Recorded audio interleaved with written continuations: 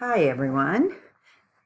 So for the week of June 1st to the 5th, if you have decided that you'd like to work on some poetry instead of drafting your story, that is option 2.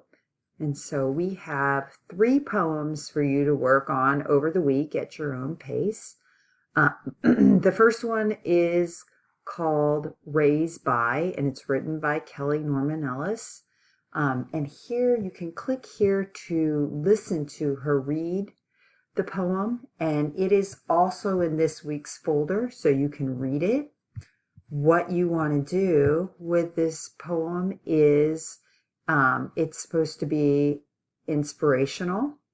So you can use your own style, or you can, mimic Kelly Norman Ellis's style and explain who or what you were raised by. You want to read or listen to the story. I would advise reading and listening to it together, and then going through it a second time, either listening or reading it. Then there are some questions to help you brainstorm before you write your own poem. So you're trying to generate ideas. So then here are some questions that you can post in our discussion board, and looking at other people's ideas might help you with yours. So make a list of all the things you can think of that have raised you so far. They can include family members, friends, activities, places, or anything that makes sense to you.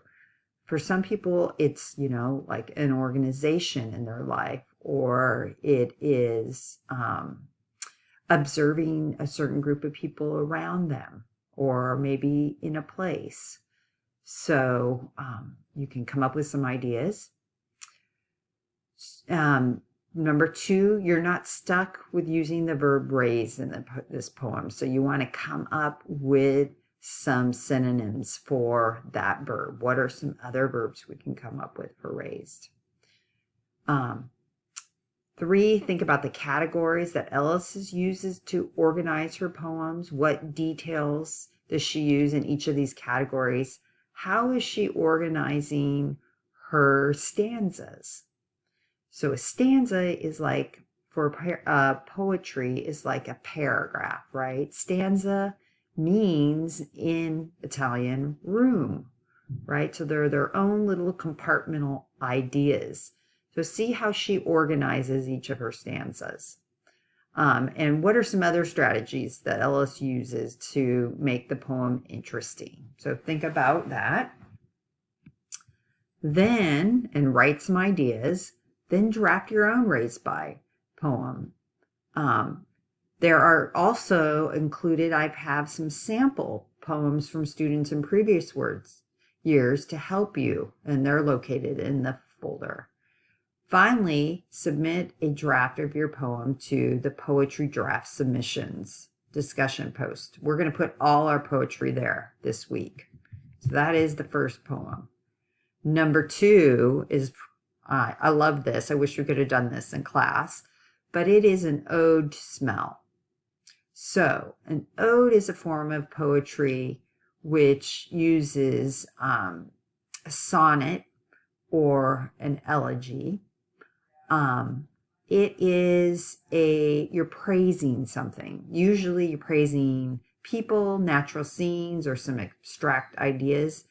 And it is derived from the Greek word, which means to chant or sing. So to start with, you're going to need to find something that has a strong scent. I would go to your kitchen or your garden and put a little bit of this in a small bowl or a cup, and have this next to you to smell as you write. It's challenging to describe smells, right? Here are suggestions that we've used before. Coffee grounds, rosemary, which you might have out in your gardens, or your neighbors might. Any kind of strong smelling plant. Clove, which is a spice. Or you could take a citrus fruit and So for a citrus fruit, you would take the outer skin and you kind of scrape off, not to the white part, but just the colored part. And that releases the oils, and you can put those in like a something like on a napkin so you can smell as you're doing this activity. So once you have your smell that you've selected, then, and you've smelled it, you've thought about it, now you want to make it associated with some of these categories. You can add categories if you like, but what does this smell, what color does it remind you of? That one's really tough for me, but there's really no wrong answer because it's your associations. What animal does it remind you of? What kind of weather, clothing, sound, place, and a memory. The thing about smell is it has such a unique ability to bring us back to a memory like in a snap. So using the categories above and the smell of cinnamon, this was my example, reminds me of the color orange, of a cat, of the weather turning chilly, an apron, that's for the clothing, the sound of a barista frothing milk, and the memory I have, the comfort of my mother baking bread, like sweetbreads. Another memory cinnamon has for me is of Halloween.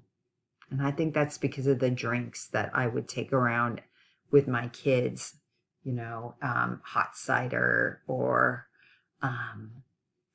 something like that. And I would walk around with my kids and drink it, and that smell. So I make those associations. So come up with yours. Again, you can't be wrong. This is your personal experience of the world.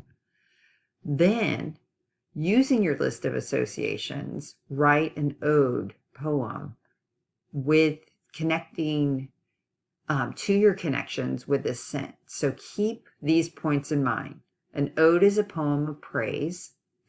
You want to use descriptive language and literary devices to make an impression, to make it interesting, and write to what you're praising like a thank you note. So here on the right is an example from a student that you can look at about Rosemary. Oh, Rosemary, oh, heart of the garden, you are the bright light, smell of joy. So once that was the first stanza I read. There are 4 stanzas here. And some people write a lot more. I picked a shorter one just because I didn't have a lot of room on the slide. And then when you're done with your draft, submit it. So these are drafts. Next week when we're doing revisions, you can pull from some of these and revise them. So the third poem for this week is, the goal is to personify a trait. So a trait is something like competence, courage, commitment, forgiveness, and wisdom. And there are more examples. So you take a trait and you turn it into a person. If it was a person, how would it act?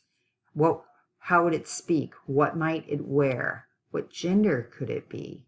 Would it have friends? Would it live in the city? Would it live in the country? Would you be its friend? So you want to visualize this trait. Your goal is to really bring it to life. Here are some examples that you can read through. 4 different personifications of traits, and you can come up with other traits, right? We are looking for positive ones. So you want to choose a positive trait, and here are some more.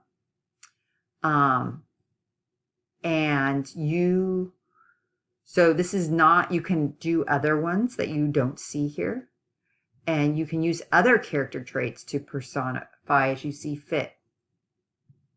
So those are some traits. Here's another list of traits, a pretty long list. Now you want to write your poem and submit a draft to the Poetry Draft Submissions discussion post. And that is it for option 2. You should have 3 poems that you have drafted. Some may be better than others, and you can do more if you like.